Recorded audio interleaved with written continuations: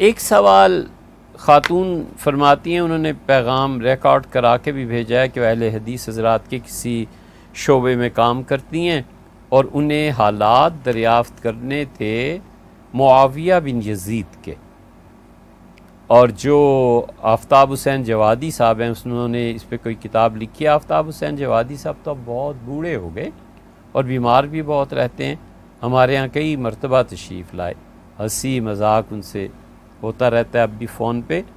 انہوں نے کتاب لکھی ہوگی معاویہ بن یزید پہ، لیکن ہم نے پڑھی نہیں۔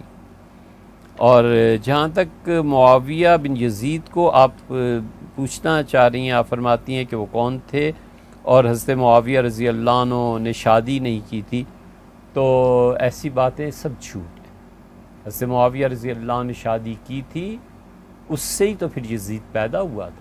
اب یہ کہنا کہ لوگوں نے اطباء نے منع کر دیا تھا، پھر حضرت معاویہ رضی اللہ عنہ کی شادی کی تجویز دی گئی ہے، وہ سب جھوٹے قصے ہیں۔ نارمل آدمی تھے جیسی شادیاں ہوتی ہیں ویسے ان کی بھی ہوئی تھی، سیدنا معاویہ رضی اللہ عنہ کی بھی۔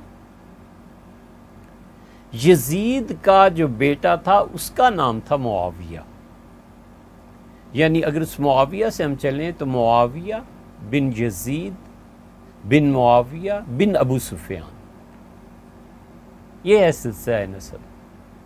حضرت ابو سفیان رضی اللہ عنہ کے بیٹے، ہم اوپر سے نیچے آتے ہیں، حضرت ابو سفیان رضی اللہ عنہ کے بیٹے تھے، ان میں سے ایک کا نام معاویہ تھا، دوسرے کا نام یزید تھا۔ یہ یزید اور معاویہ سیدنا عمر رضی اللہ عنہ نے مقرر کیے تھے۔ حضرت ابوبکر رضی اللہ عنہ نے انہیں شام کی حکومت دی تھی، شام میں حضرت ابوبکر رضی اللہ عنہ نے گورنر مقرر فرمایا تھا، یزید وہاں پہ حکمران رہے۔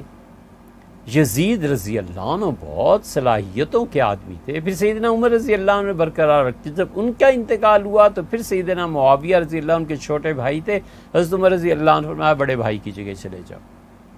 یہ جو دونوں بھائیوں کو انہوں نے اتنے لمبے عرصے تک ایک ہی صوبے کی حکمرانی، پہلے ایک پھر دوسرا، حضرت عمر رضی اللہ عنہ نے وفات سے پہلے جو خطبہ دیا ہے اس میں فرمایا کہ یہ سیاسی طور پہ جو چیز ہے نا یہ نہیں ہونی چاہیے تھی، مجھے نہیں کرنی چاہیے تھی، اب احساس ہوتا ہے۔ یہ جو معاویہ ہیں انہیں اپنے بھائی یزید سے بڑی محبت تھی، تو ان کے ہاں جب بیٹا پیدا ہوا تو اس کا نام یزید رکھا۔ یہ یزید ہے وہ بدبخت فاسق و فاجر جس نے سادات کرام رضی اللہ عنہ کے خون سے اپنے ہاتھ رنگے، اور اس سے چونکہ اپنے باپ معاویہ سے محبت تھی تو اس نے اپنے بیٹے کا نام معاویہ رکھ دیا۔ یزید کے مرنے کے بعد بنو امیہ اس معاویہ بن یزید پر متفق ہو گئے کہ خلافت اسے دینی چاہیے۔ وہ بیمار تھا، 20-21 برس کا لڑکا تھا، لیکن تھا بہت نیک، بہت نیک تھا، نماز، پرہیزگاری، اللہ کا خوف۔ اس نے ضحاک ابن قیس کو مقرر کر دیا تھا کہ میری جگہ آپ نماز پڑھایا کریں۔ ضحاک نماز پڑھاتے تھے۔ یہ جو تھا نا یزید کا بیٹا معاویہ، اسے کہا گیا کہ آپ خلافت کا اعلان کریں۔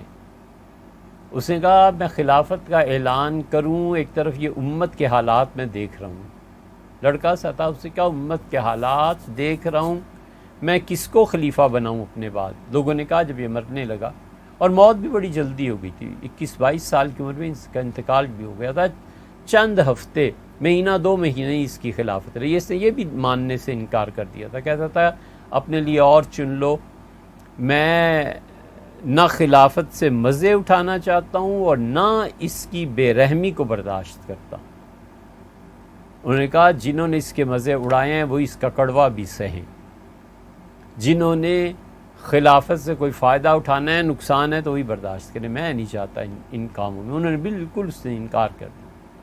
بڑی اچھی بات اس کی، اس نے کہا امت کے جو حالات ہیں اس وقت، مجھے کہتے ہو میں کسی کو مقرر کر جاؤں تو میرے پاس کون سا عمر ہے جیسے ابوبکر رضی اللہ عنہ سے منتخب کر دیا تھا، اور میں امیر المومنین سیدنا عمر رضی اللہ عنہ جیسا نہیں ہوں کہ 6 آدمی مجھے امت میں نظر آئیں اور میں خلافت ان کے حوالے کر دوں۔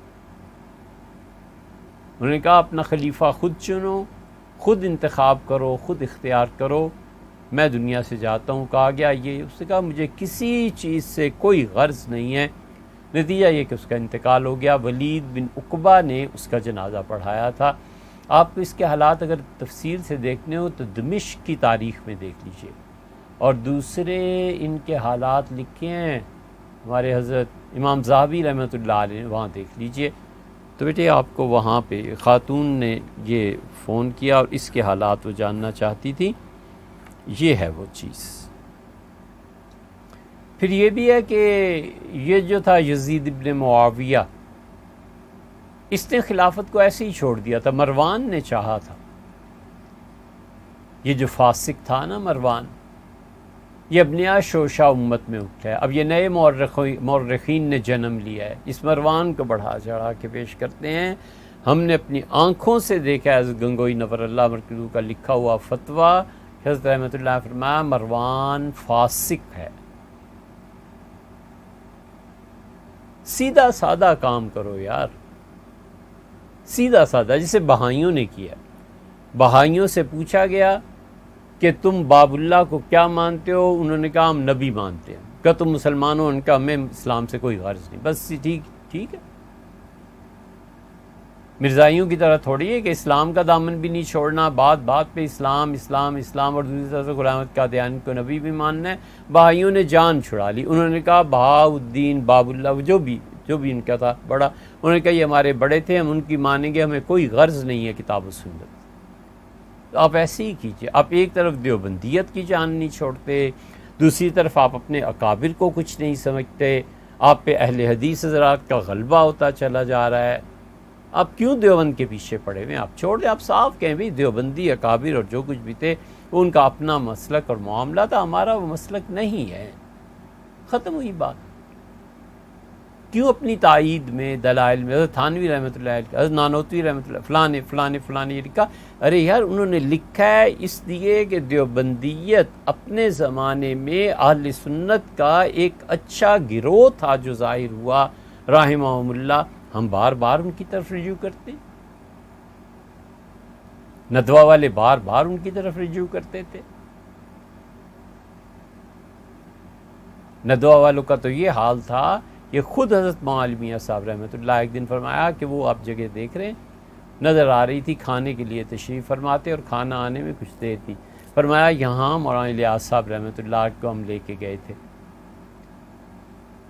تو مولانا الیاس صاحب رحمۃ اللہ کے یہاں کھڑا کر کے ہم نے کہا حضرت جو آپ نظر ندوہ پہ اور مظاہر علوم پہ ڈالتے ہیں وہی ایک نظر ندوہ کو بھی درکار ہے، آپ ندوہ کو بھی اسی نظر سے دیکھ لیجئے۔ تو حضرت مولانا الیاس صاحب رحمۃ اللہ علیہ میں گلے لگایا اور دعائیں دیں، بہت سی دعائیں دیں۔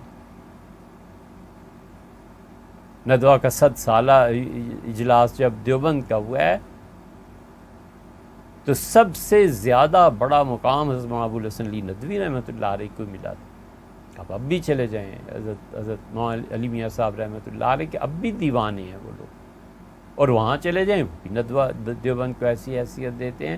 حضرت مولانا حسین احمد صاحب مدنی رحمۃ اللہ کے پوتے آ گئے تھے ملنے، حضرت رحمۃ اللہ علیہ کے پوتے پڑ پوتے کی جگہ تھے، ایک طرف حضرت رحمۃ اللہ علیہ تکیہ لگا کے بیٹھ گئے، اور جب تک وہ بیٹھے رہے بچہ مولانا اسد صاحب کا بیٹا پاؤں نہیں پھیلائے ان کی طرف، اور ان کے جائے پیچھے بھی ہم تھے، بڑی تعریف فرمائی کہ ان کے دادا حضرت مدنی رحمۃ اللہ علیہ، یہ ان کی تعلیمات، حضرت رحمۃ اللہ علیہ ہم حاضر ہوتے تھے، حضرت ہمارے یہاں تشریف لاتے تھے رحمہم اللہ۔ اس محبت اور پیار کی باتیں اب کتنی سنائیں، لیکن یہ جتنے بھی اکابرین تھے رحمہم اللہ، انہوں نے جو کچھ لکھا ہے یا تو تم ان کو چھوڑ دو، اور یا پھر اس کی پیروی کرتے ہو تو صحیح طرح سے چلو۔